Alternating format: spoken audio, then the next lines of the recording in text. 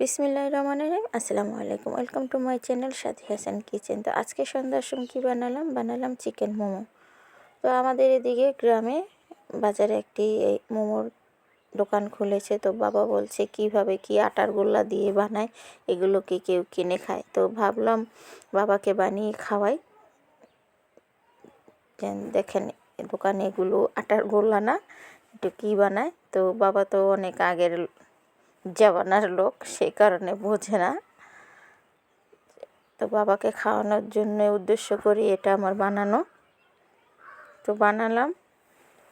গরম গরম সন্ধ্যার সময় যদি এরকম চিকেন মোমো হয় তাহলে তো লাজবাব। তো দুঃখের বিষয়, যখন বানিয়েছি বাবা বাজারে চলে গেছে, বাবা আমার সাথে খেতে পারেনি। তো আমরা সবাই খেয়ে ফেললাম আগে।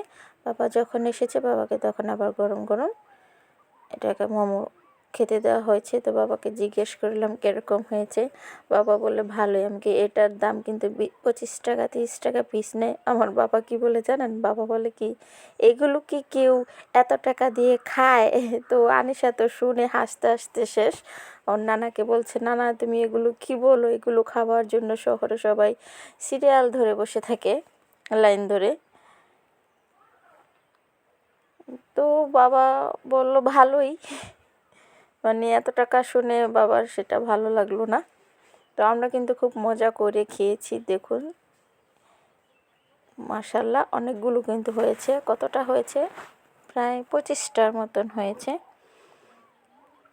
তো বাহিরে গিয়ে কেনার থেকে বাসায় নিজে হাতে বানানো খাবার স্বাদই আলাদা, আর হেলদিও হয়, পুষ্টিগুণে ভরা। তো আপনারা এভাবে বাসায় বানিয়ে খাবেন। তো আমি তো বাপের বাড়ি বেড়াতে এসেছি, তো সন্ধ্যার সময় কোনো না কোনো কিছু বানাই। তো আনিশা দেখুন সাফিয়াকে নিয়ে ভিডিও করছে। আনিশার সাফিয়া খাবে, সাফিয়া তো খেতে পারবে, তো ছোট্ট বাবু।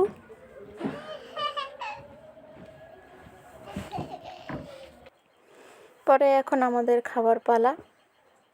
তো আনিশার তো খুবই পছন্দ। দুঃখের বিষয়ে সসটা বানানো হয়নি, তো এভাবেই শুধু মোমোগুলো খাওয়া হয়েছে। তো আপনারা সকলে ভালো থাকুন, সুস্থ থাকুন। তো আমার ভিডিওটা যদি ভালো লেগে থাকে অবশ্যই একটি লাইক দিতে ভুলবেন না। Subscribe my channel. আল্লাহ হাফেজ।